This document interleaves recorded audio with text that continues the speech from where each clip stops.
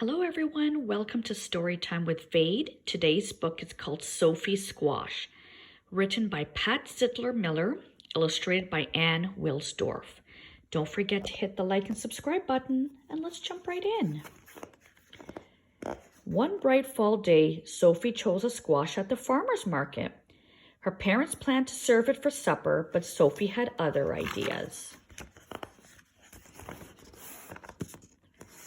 It was just the right size to hold in her arms, just the right size to bounce on her knee, just the right size to love. I'm glad we met, Sophie whispered. Good friends are hard to find.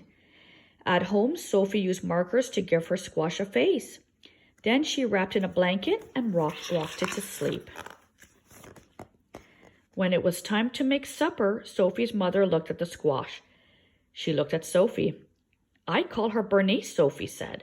I'll call for a pizza, said her mother. After that, Bernice went everywhere with Sophie, to story time at the library, to visit other squash at the farmer's market, to practice somersaults by the garden.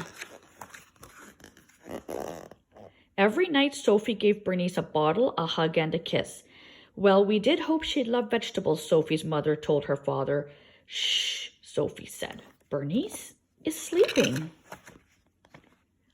Sweet pea, Sophie's mother said one morning as they made blueberry waffles. Bernice is a squash, not a friend. If we don't eat her soon, she'll get mushy and gross. Let's bake her with marshmallows. Won't that taste yummy? Don't listen, Bernice, cried Sophie. That afternoon, Sophie's father took her shopping. Sugar beet, he said, Bernice is a squash. Why don't you pick a nice toy to play with instead? But the trucks were too hard and the dolls were too soft. Sophie clutched Bernice tightly. No thanks, she said. I have everything I need. After supper, Sophie's parents called a family meeting. Bernice napped in Sophie's lap. Why don't we donate Bernice to the food pantry before she rots, her father suggested. Sophie shook her head. Bernice will last forever. Bernice seems a little blotchy, said Sophie's dad on the way to the library one day. She looks perfect to me, Sophie replied. At story time, some kids pointed and stared. What's that spotty thing? A boy asked. Her name is Bernice, and she's a squash, Sophie said, with freckles. Maybe Bernice should stay home next time, Sophie's mom suggested. Why? Sophie asked. She wasn't the one being rude. Still, as winter neared, Sophie noticed changes. Bernice seemed softer, and her somersaults weren't their usual style. Visiting friends will cheer you up, Sophie said.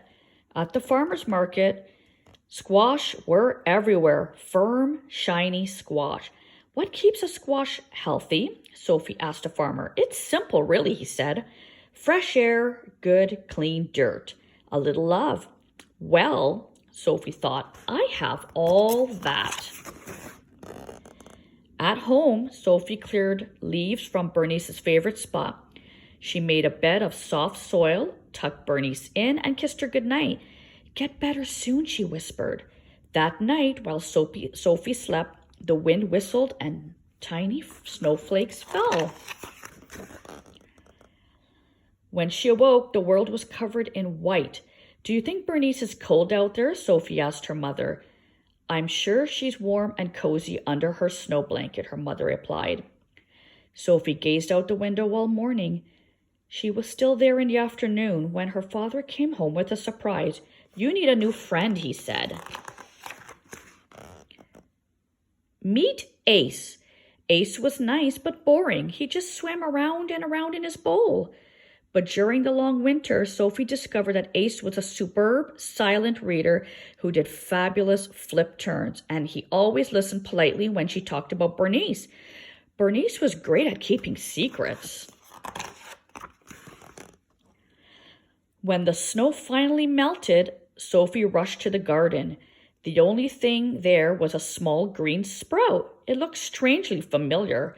Bernice, Sophie said, how was your winter?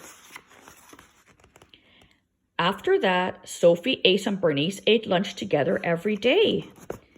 One bright summer morning, Sophie somersaulted across her yard, landed by the garden, and stared in disbelief. Bernice had grown 2 tiny squash. Wow, Sophie told them, you look just like your mom.